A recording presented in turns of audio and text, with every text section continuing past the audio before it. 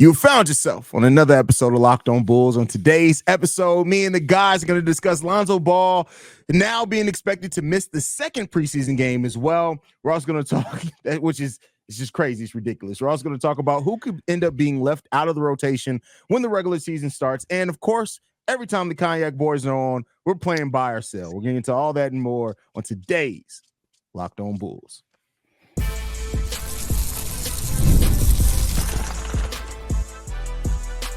You are Locked On Bulls, your daily Chicago Bulls podcast. Part of the Locked On Podcast Network, your team every day. Thank you for tuning in to Locked On Bulls, member of the Locked On Podcast Network, where it's your team every single day. I'm joined today by the Cognac Boys. Shout out to Bobby and C-Dub in the building. Y'all already know. And today's episode is brought to you by FanDuel. You can start the season with a big return on FanDuel. Place your first $5 bet, and you'll get started with $200 in bonus bets guaranteed. Visit FanDuel.com to get started. Well, fellas, talking about getting started, one player on the Bulls who's not able to get started yet in games apparently is Lonzo Ball. After missing the first preseason game and Billy Donovan saying that Lonzo will play at some point in this preseason, a lot of Bulls fans naturally thought, well, he can make his debut in the second preseason game at home in Chicago.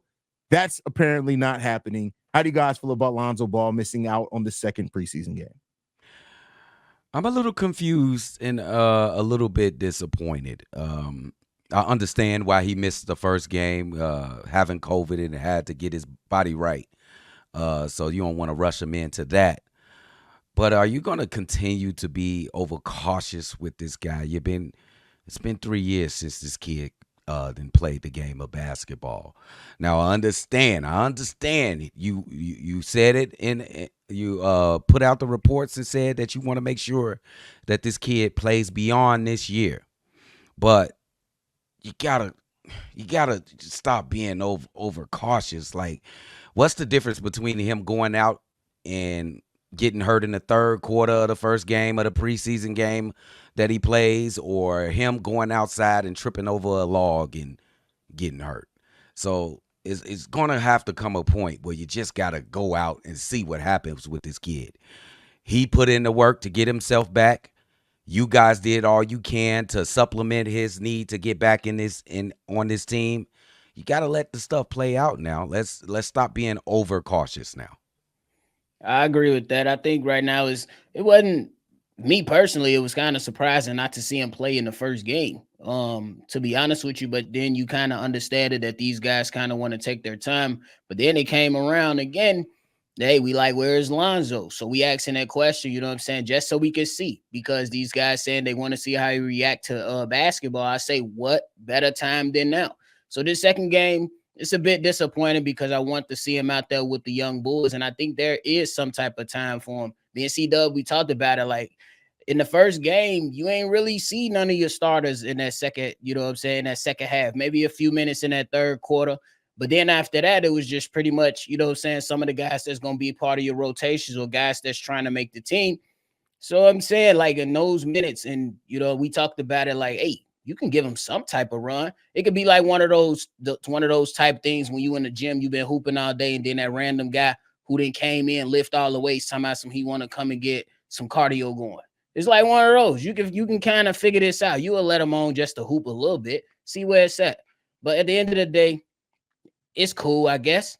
But when it comes to that third preseason game, hey, he got to be there, or we got to start asking more questions for sure. Well, and that's the thing. I get where you guys are getting at, but I think Billy Donovan has laid this out. Like, every time he's talked about Lonzo, he's talked about it. Like today, when this came up, he said, you know, we're in a position where we want to make sure Lonzo's going to prolong his career, that he's going to play after this. And even saying, you know, it's not going to be 82 games, maybe it's 66. I think the Bull, like, Billy Donovan is slowly but surely telling us what to expect with Lonzo. Lonzo ain't going to play much. I don't even know if it's them being overly cautious with him.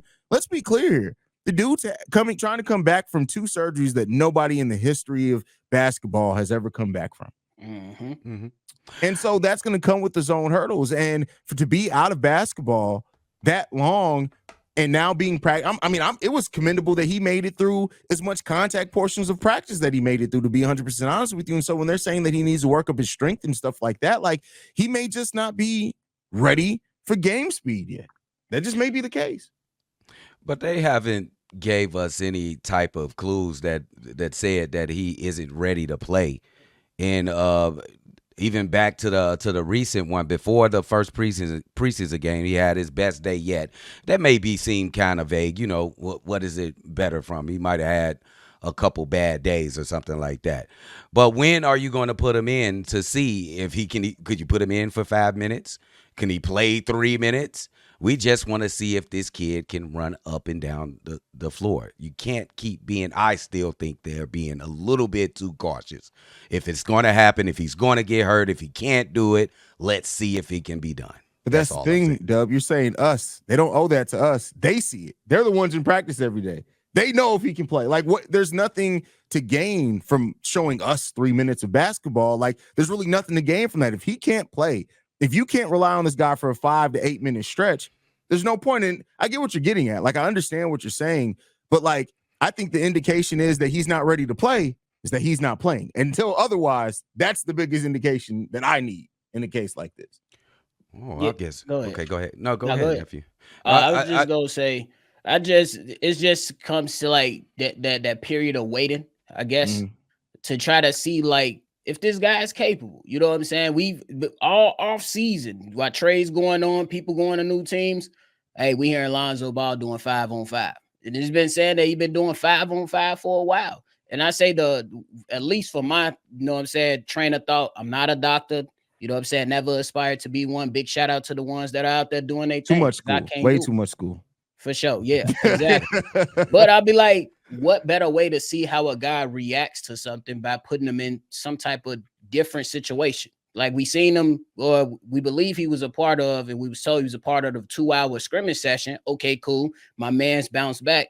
I guess my only question is for the squad is like, what else do you want to see before you say, all right, cool, he's ready for preseason or the regular season? Because I'm like, right now you're going against teams that's mostly playing rotational guys or guys that's trying to make the team. What better starting point to that it would be to have it at that point per se than saying going up against game one versus the full Pelicans roster instead of some of their rotational guys and guys that's trying to make the team. It'll be a bit different.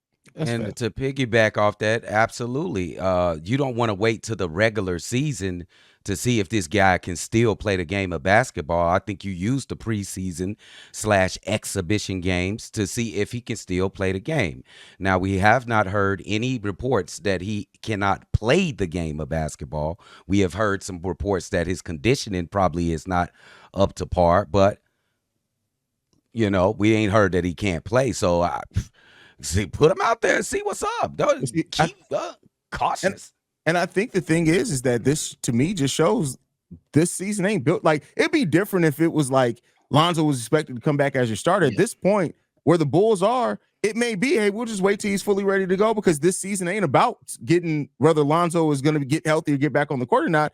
This season more about if Julian's going to bring it. Is Modest going to bring it? Is Dalen going to bring it? And if that's the bigger focus here, I can see why they're playing cautious with Lonzo, because Lonzo's an additive, right? If you get him, cool. Whenever he's ready, cool. We can add to that. He can help develop these young guys. But I think if what they told us is the true thing that they're doing, this season ain't built around it. So it may just not be a priority on their list to get Lonzo out there for 5 minutes. No, we'll get Lonzo out there when he can play the amount of minutes that we feel comfortable with it, that we need him to play if he's going to be getting minutes for us. That may be the case.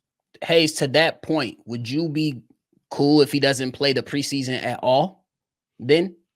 Yeah, because I think at the way that, and this is just my personal view, I'm not saying everybody should view it this way. The way that I look at Lonzo coming into the season is that Billy Donovan typically goes consistently 8 or 9 deep, with that 10th guy being really inconsistent. They may not play 2 games. Yeah. They may play a game and only give 8 minutes. The next game they may give 18 minutes, but then they may not play 3 games in a row. By default, and I'm not saying he's 10th as far as best. I don't know. I haven't seen him yet.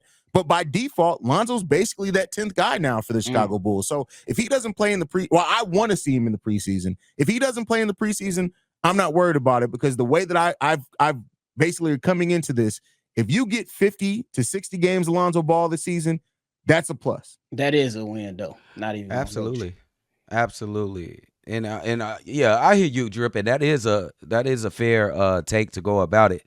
But in my take, I think, you got to put this kid on the floor and see what you got. This is the only year left. You're probably not going to sign him back. See what you got in him. I don't know. You never know what's going to happen. I ain't saying he's going to be this guy that plays more than 50 games or something like that, but you want to see what you have in Lonzo Ball, and you bet not wait till the regular season comes to try to play this kid in a more intense game in the regular season games that really mean something. You want to go and use the exhibition games that I think the games are made for this, for you can try out players and see if they're ready to play the game of basketball. But let me ask you this. What do you think is more important? Is getting the young guys reps, the guys that are going to be able to play every game in and out, is that more important than worrying about getting Lonzo with, at the best, Lonzo's not going to play that much for you?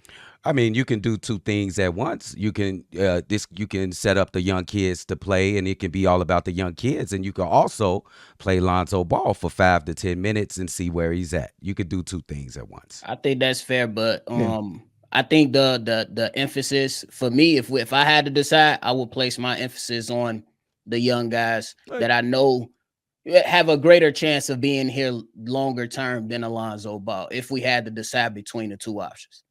At this point, Lonzo's basically Khalil Herbert. I mean, real talk. Minus the injury. Well, he is, bro. He is. He's I get you. Paid $20 million instead of $1.1 million. That's all it really is.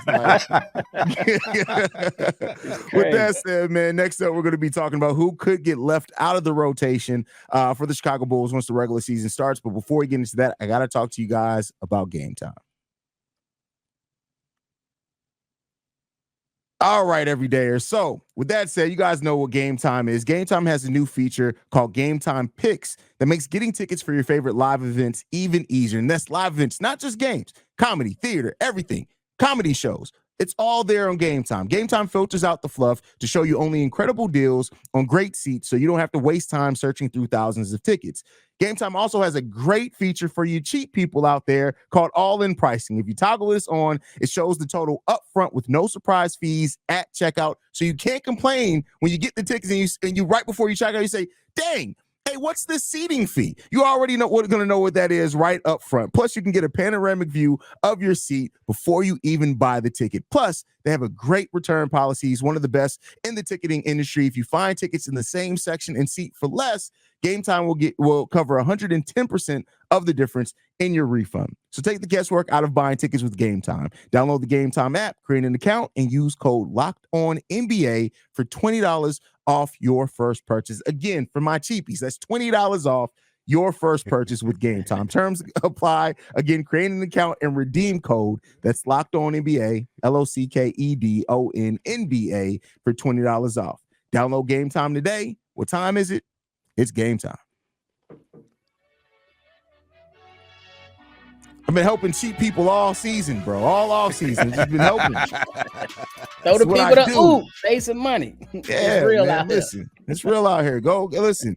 And listen, the Drewski tickets are cheap because Drewski's stand-up sucks. But with that said, he stood up. Hey, listen, Drewski, Right, Drewski, as far as social media, the skits, hilarious.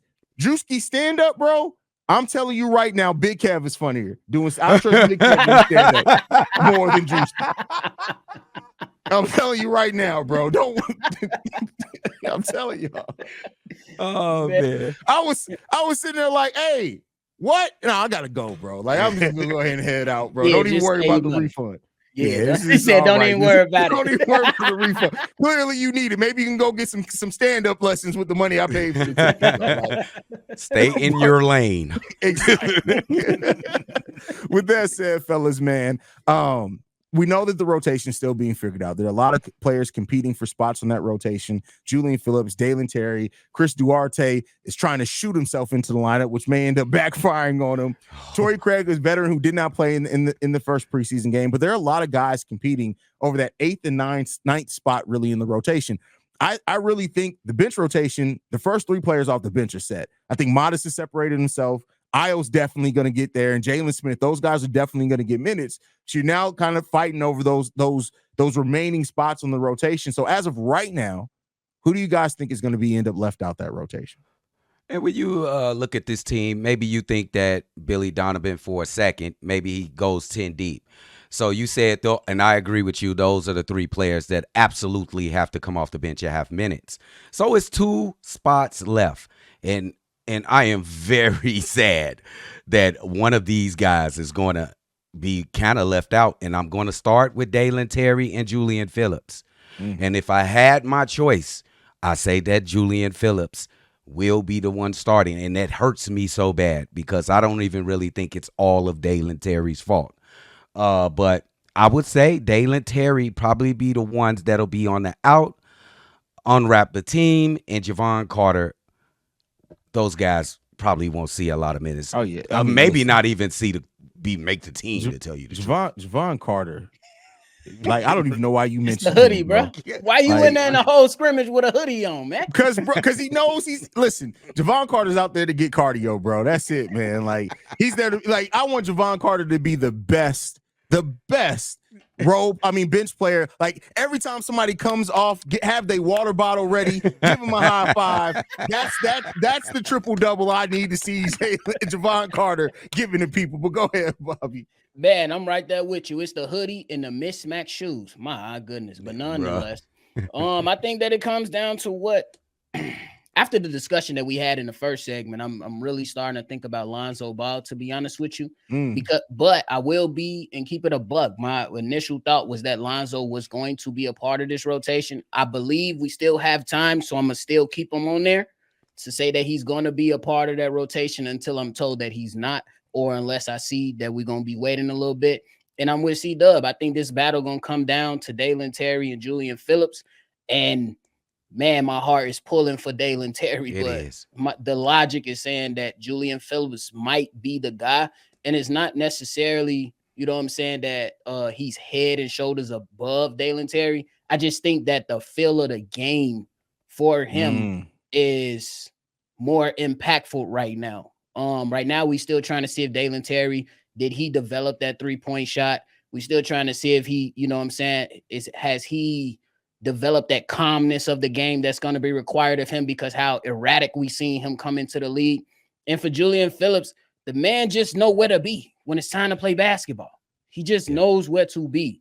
It's not going to all just be one thing for him. He's going to do a variety of things, and it's going to be exciting for him. So though I am pulling for Dalen Terry, logic tells me that Julian Phillips will be in and Dalen Terry might be falling to the wayside. So you guys think, just in assuming from the way you guys both, that Torrey Craig, the veteran, isn't going to be in that rotation either? No, that's the other guy. I'm sorry I didn't complete my take. That's the only reason. If I have my way, it'll be Julian Phillips. You got Torrey Craig as the ninth guy, and you got Julian as the got you. Yeah. Okay. So because if I have my way, it'll be these 2 young fellas right here, Dalen Terry and Julian Phillips. But I'm just going by what I've seen from Billy Donovan. He loves his veterans. He's going to play Torrey Craig. So I have to just be honest with myself. I feel that. Okay, that makes sense. That's a hard conclusion. That makes sense. Yeah, and I do think it's going to come down to Julian and Dalen Terry, and it may just be situational, right? But like, you also have to ask yourself if development is the key, and going young is the thing. I don't know if, like, to me, you got to pick which one of those guys are in the rotation. Not to say that there aren't going to be some situational things where one may play minutes over the other, but like, to me, I think you got to have one of these guys, because like, what's the point if you play one of them 8 minutes a game and the other one 4 minutes a game? No, those 12 minutes should have gone to one of them so they can get the actual rep to develop, in my opinion, right? And like C-Dub said, I would love for both these guys to show that they're heads and shoulders and Torrey Craig not play. Not because I don't like Torrey, but I just would love to say that these young guys have stepped up in such a way that they have earned the prioritization over a veteran. I just don't trust it with Billy Donovan. Absolutely. And we can add some factors that might happen that people have been talking about. Maybe Zach LaVine gets traded. You know what I'm saying? Maybe Lonzo Ball is not right. He doesn't get to play, and then things start moving up the ladder. Then you can see, Ayo. C-Dub, I ain't trying to start none, but Golden State is looking for a center. I'm just saying. Ooh. Yeah. The Pelicans are also looking for a center. Don't y'all do also, that. The Los Angeles Lakers are reportedly looking for a center. Look, man. Can I interest y'all in a bad foot 17 No, a and great 11 player. center. You know what Big Kev Great called play. out today when me and Big Kev recorded earlier? Kev pointed out, he was like, hey, what happened to Vooch's left hand? I was like, you know what? You're right. Because with Orlando, Vooch was able to go to that left hand hook.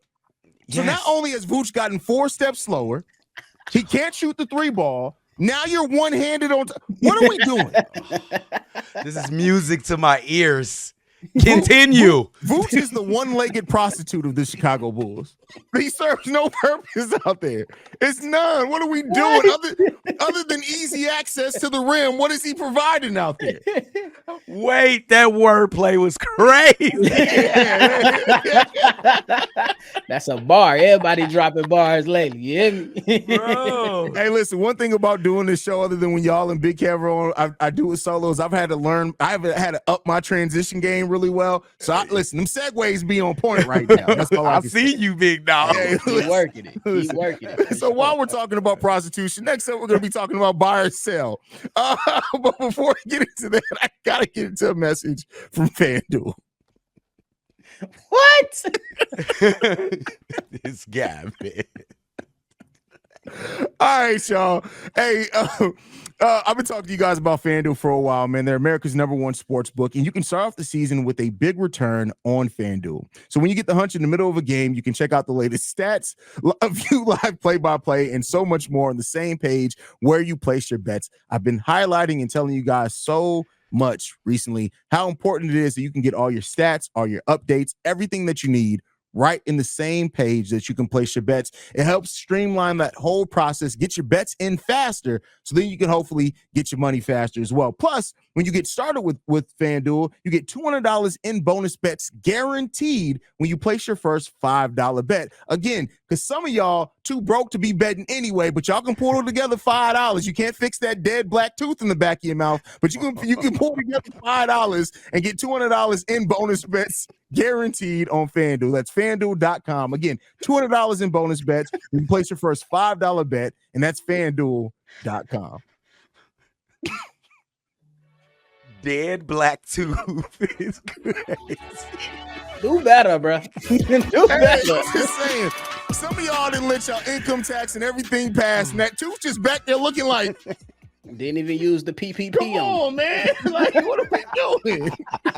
They ain't even use the PPP money. Exactly. Come on, man. Like, what are we doing out here? Y'all got to prioritize yourself, man, a little bit better than that. But with that said, every time C-Dub and Bobby are on, we're playing buy or sell, man. I got the topics. They don't know it ever, so they don't have time to prepare. I'm throwing this first one out. Buy or sell. Josh Giddey is going to still be the Bulls starting point guard by the end of the 2024-25 season. Nephew. Oh, that he's still gonna be on? Still the starting point guard. Still the starting. I'm gonna buy it. That's because I sometimes you gotta stick with your predictions until you're wrong. Me personally, I came and said that Josh Giddey is gonna go 16-6 for this season. I'm gonna ride with it until I'm proven wrong. I ain't gonna switch on him right now, but I am keeping my eyes on a young fella from Morgan Park. I ain't gonna lie. Oh, bro, yeah. I love it. Hey, I'm gonna buy it as well, but I'm gonna keep my receipt, Josh. I'm gonna keep my receipt, bro, because when people have superpowers, this is a crazy little take. If people have superpowers, you usually see it, even though they're a little rusty. I didn't see that superpower playmaking ability that he had in that first game, even though he was a little rusty. That's all I'm saying. Even in the second half? You didn't see it in the second half? I didn't see it. He had 3 assists. Okay. All right. Hey, listen, I'm not here to argue that. All right, bet. Buy or sell. Modest Bucilis starts more games than Patrick Williams this season. You a mug, Drill. You ain't right. Y'all know I actually watch the Shy Bulls podcast every single day, so this is how I know what to come up with for buy or sell. Buy.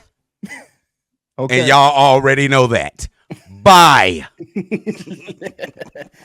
I'm buying, and the reason I'm buying is because I said this over the offseason.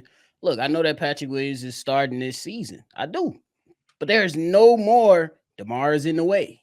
Billy Donovan is not drawing up enough plays. We already said that. I'm buying to put P. Will on notice. Prove me wrong, young fella. Prove me wrong. Ooh, nephew. I like it. All right. I like that. Buy or sell. Jalen Smith Yes, Jalen Smith has over 80 blocks on the season this year. Buy. And that's Okay. going to be more than Nick Vooch in the last 4 years. Listen, we may have more blocks than Nikola Vucevic, but 80? 80. I'm going to sell it. You're selling it. Yeah. And the reason I'm going to sell it is because I don't know if Billy Donovan is giving my mans a fair shot to earn his starting role. I think that's going to be some limited minutes that's out there. He going to open up some things. He going to deflect a lot of he going to change a lot of shots. I think he might miss out on the block aspect of it though. Okay. Now, just for reference in this, and I'll give you one chance to change this after I throw this stat out. The most blocks Jalen Smith has ever had in his NBA career was 60. And keep in mind, that's still averaging less than one block per game to get to 80. It's 82 games in the season. And he played 68 games that season and had less than 19 minutes. I'm gonna get my receipt. My mama said. My mama said I gotta buy. Mama said I gotta buy. I ain't gonna lie to you. I love to see it though. I would love to see it too. Yeah, I mean that's kind of a great mark for him. All right, next up in this one, buy or sell. I almost mixed this one up with the Jalen Smith one. Ayo Dosunmu makes over 150 3-pointers this year. For reference, give you this up front so you can make your decision. Last year, he made 119 3-pointers last year. Of course, that was the most of his NBA career. He only took 295 to get that. That's 40%. So there you guys go. So you can make an informed buy or sell on that one. I'm a buy, and I'm going to give him a little extra money to make the place look extra nice. Ayo Dosunmu is getting ready to have a great year. The guy looks confident. You seen him as soon as he stepped out on the floor, he looked like a reinvigorated dude. Even though he had a particularly great season, and pertains to him. To him, he had a great season. He's gonna have a good season. He might be up for some awards at the end of the season too. Ooh, okay. We'll see. Yes. I hope so. I ain't gonna lie to you. $150 after 119. 119. I just don't see Ayo Dosunmu leaving his. We talked about superpowers. One of them superpowers is attacking. Yes, I just don't. So I'm gonna sell it. I'm gonna say he come close, but he don't quite hit the benchmark. With the $150. I still think that he relies on and knows his strengths and that them 3-point shots going to come within the flow of the game. Some is going to be more than others on some nights, but I think on some nights you'll probably just see 3-4 attempts, maybe. Okay, fair enough. Can I ask him a question real quick, Drip? How many do you give Ayo? Do he get more than 119? Can you give me a number, nephew? I think both of you guys. Oh, for when Hayes brought it up, I was thinking like, can he go over 119? I was gonna say, and I said he'll come close, so maybe 135, 140. No, I just man, you make me sick, nephew. I'm just saying he might miss the mark by a few. I would have to buy the 150, and the only reason why I know that he is going to play a very different role. He may be on ball. He may even get to do a little bit more facilitating coming off the bench this year. But I think we're going to be at such a deficit 3-point shooting wise that Ayo's 3-point shot, I get it. I do want him to attack the rim a lot, but I think that they're going to have to, because you got other slashers. You got Modest who's going to be slashing. You got Josh Giddey who's going to be slashing because he's not a 3-point shooter. And I think that that's going to open up a lot of opportunity for Ayo to have more open threes. And I think he's going to hit that at a really good percentage. I even think he may even take around the same amount of threes, but I think he's going to refine it. That I wouldn't be surprised if Ayo Dosunmu flirts around 41, 42% from 3-point range this year. Sheesh. I'm going to agree with that. I agree with that. That was a great take. That puts him in the right elite there. category. Yeah, because bro. Listen, I'll bury the lead here. I'm telling y'all right now. And this isn't. I even think if Josh Giddey plays well, but I think we're going to find out that Coby White and Ayo Dosunmu are a better backcourt together than Coby White and Josh Giddey. Yes, we was talking about that earlier. Talked about it. And I'm saying this regardless of how good Josh Giddey's season is. I'm just saying that the dynamic between those two, they fit each other's game so nicely as far as covering up the weakness and the strength. I just see that being a better backcourt than what I see the potential of Josh Giddey and Coby White. I still think Josh Giddey and Coby White has high potential to be solid enough, but I just think that dynamic. Those guys have had chemistry literally since Ayo Dosunmu came to this team, and I just think that that's something you can't overlook. Absolutely. Sure. I think Coby and Ayo play more minutes together this year than Giddey and Giddey and Coby. I think so. Okay. So Ayo got to play. You think Kobe's going to be the guy they stagger with the bench unit a little bit? Absolutely. That would open that up. Okay. Absolutely. Absolutely. And that's interesting too, especially how you hear about Josh Giddey talking about his chemistry building up with Zach. That's true as well. I think that's something we'll got to pay close attention to as we move forward, see how these combinations work together. Because you can't deny what's right in front of you. Them guys work well together. And look, like I said, I can't be mad for the people that want to see Ayo Dosunmu and pull it for him to start, because he just been humble and putting his head down and working. He does whatever the Bulls ask him to do. Yeah, bro. And to me, seeing him come into that preseason game with the poise that he did, and literally the whole energy of that game changed the moment Ayo checked in. Facts. That left an impression on me. I know it's only one preseason game. We'll see how it develops over time, but there was something about that impression. This young man is playing with such a level of calm confidence that it's loud. It's loud. His game speaks for him. I'm glad you said. I kind of felt his confidence when he stepped on the floor. You can feel it. Wow. Okay, Ayo, you steal it. Okay, you shooting a three. Okay, do your thing. It was different. That was different from Ayo Dosunmu. That's a fact.